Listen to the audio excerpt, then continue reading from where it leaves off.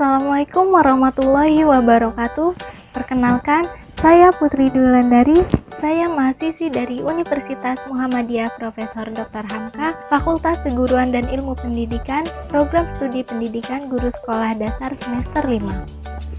Saya dan 6 rekan saya yaitu Nanda Silviana, Febriani Rahman, Tia Ipani, Dwi Rahayu, Faza Mafta Fadilah, dan juga Hoiriya Triana Sari telah melakukan kegiatan pengenalan lapangan persekolahan atau yang biasa disebut dengan PLP1 yang berupa wawancara dengan kepala sekolah dan guru pamong dari SDIT Al-Imaroh.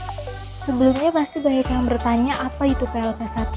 PLP1 merupakan tahapan pertama dalam kegiatan pengenalan lapangan persekolahan program sarjana pendidikan yang dilakukan pada semester 5. Di video ini saya akan memaparkan hasil dari wawancara dengan kepala sekolah dan guru pamong dari SDIT Al-Imaroh.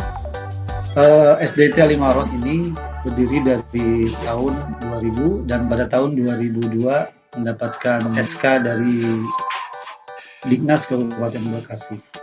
Dan alhamdulillah kita sudah terakhir pada tahun 2019 kita sudah melaksanakan akreditasi dengan nilai A dengan poin 97,85 gitu. Karakteristik peserta didik di SDIT Al-Imaroh sangatlah beragam. SDIT Al-Imaroh mengembangkan karakteristik sesuai dengan visinya, yaitu menyiapkan generasi yang cerdas, terampil, dan juga bertakwa. Dalam mengimplementasikan visi dan misi yang diemban oleh lembaga, karakteristik yang ditemukan di SDIT Al-Imaroh ini yaitu penguatan spiritual dan menciptakan karakter yang soleh dan soleha melalui pembiasaan ibadah, sunnah, dan wajib tentunya. SDIT Al-Imaroh juga mengembangkan karakter siswa yang fasih dan baik dalam bacaan Al-Qur'annya. Pendalaman penguatan karakter spiritual juga dapat dipadukan dengan tanggung jawab, disiplin, dan memiliki kesadaran untuk melakukannya. Selanjutnya, tatanan struktur organisasi di SDIT Al-Imaroh. Yang pertama, yang paling atas, ada ketua umum. Di bawah ketua umum ada ketua 1 dan ketua 2, juga ada sekretaris. Di bawahnya ada kepala sekolah yang didampingi oleh komite dan juga wakil kepala sekolah. Di bawahnya ada tata usaha dan juga wali kelas. Selanjutnya di bawahnya ada dewan guru dan juga yang di paling bawah ada peserta didik. Jumlah peserta didik di SDIT Al-Imaroh terdapat 520 peserta didik. Pelaksanaan tata kerja di SDIT Al-Imaroh sudah sangat sesuai dengan tatanannya. Para dewan guru dan juga staf sangat solid dan menjalankan tatanannya dengan baik. Karena di SDIT Al-Imaroh mempunyai motto, sekolah tidak akan menjadi besar jika di dalam sekolah tidak mempunyai kebersamaan, komitmen yang besar, dan juga keseriusan yang besar. Di SDIT Al-Imaroh seluruhnya sangat profesional, amanah, dan sesuai dengan tugas yang diberikan oleh pimpinan. Selanjutnya peraturan dan tata tertib di SDIT Al-Imaroh. Di SDIT Al-Imaroh, pada pukul 6.45 peserta didik sudah harus berada di sekolah, dan untuk dewan guru, pada pukul 6.30 sudah berada di sekolah, karena pada pukul 7.00 gerbang sekolah telah ditutup. Secara garis besar, peraturan lainnya sama pada umumnya, seperti berseragam sesuai dengan hari yang telah ditetapkan. Memakai pakaian lengkap dan sopan dapat menjaga kebersihan kelas dan juga lingkungan sekolah. Lalu membuat jadwal tugas piket dan lain sebagainya. Jika terjadi pelanggaran peraturan, akan diberikan sanksi edukatif, yaitu murojaah atau mengulang hafalan yang telah dilewati, dan biasanya dari kasus yang telah terjadi tidak ada yang mengulanginya lagi. Kegiatan-kegiatan seremonial formal. Kegiatan seremonial formal di SDIT Al-Imaroh yaitu berupa upacara bendera, rapat guru, dan juga briefing.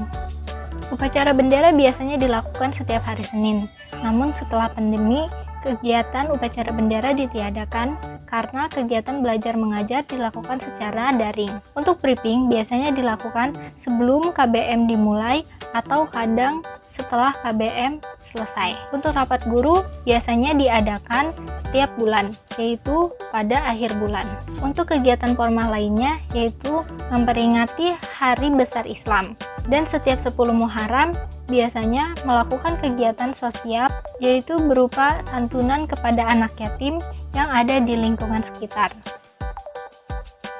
Lalu ada kegiatan-kegiatan rutin, kurikuler, kokurikuler, dan ekstrakurikuler.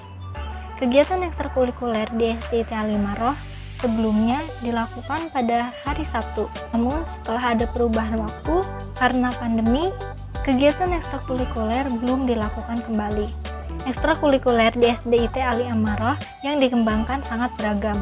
Ada 2 ekstrakurikuler yang telah mendapatkan kejuaraan nasional, yaitu ada marching band junior dan juga ada taekwondo. Untuk kegiatan ekstrakurikuler lainnya ada memanah, futsal, dan juga lain-lainnya. Pada saat pandemi hanya kegiatan ekstrakurikuler taekwondo yang berjalan. Kegiatan dilakukan secara virtual untuk mengikuti perlombaan nasional yang akan dilakukan pada tanggal 14 Oktober. Kegiatan pembiasaan positif yang dilakukan di SDIT Alimaroh yaitu peserta didik datang ke sekolah dalam keadaan sudah berwudu. Lalu, pada pukul 7.00 sebelum KBM dimulai, peserta didik dan Dewan Guru melakukan kegiatan sholat berjamaah duha dan dilanjut dengan tilawah. Pembiasaan positif lainnya yaitu peserta didik mampu menjaga hafalannya. Pada saat pandemi, pembelajaran di SDIT Alimaroh dilakukan secara daring menggunakan Google Meet, Zoom Meeting, WhatsApp Group, dan juga video call. Untuk penggunaan platform dilakukan secara bergantian setiap 2 pekan. Untuk kondisi yang tidak memungkinkan atau terkendala dengan jaringan atau gadget, maka guru-guru di SDIT Alimaroh akan melakukan kegiatan pembelajaran secara home visit.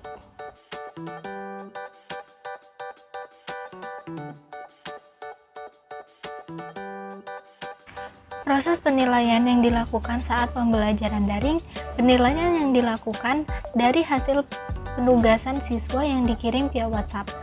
Dan untuk kegiatan pembelajaran yang dilakukan secara home visit, penilaian dapat dilakukan secara langsung.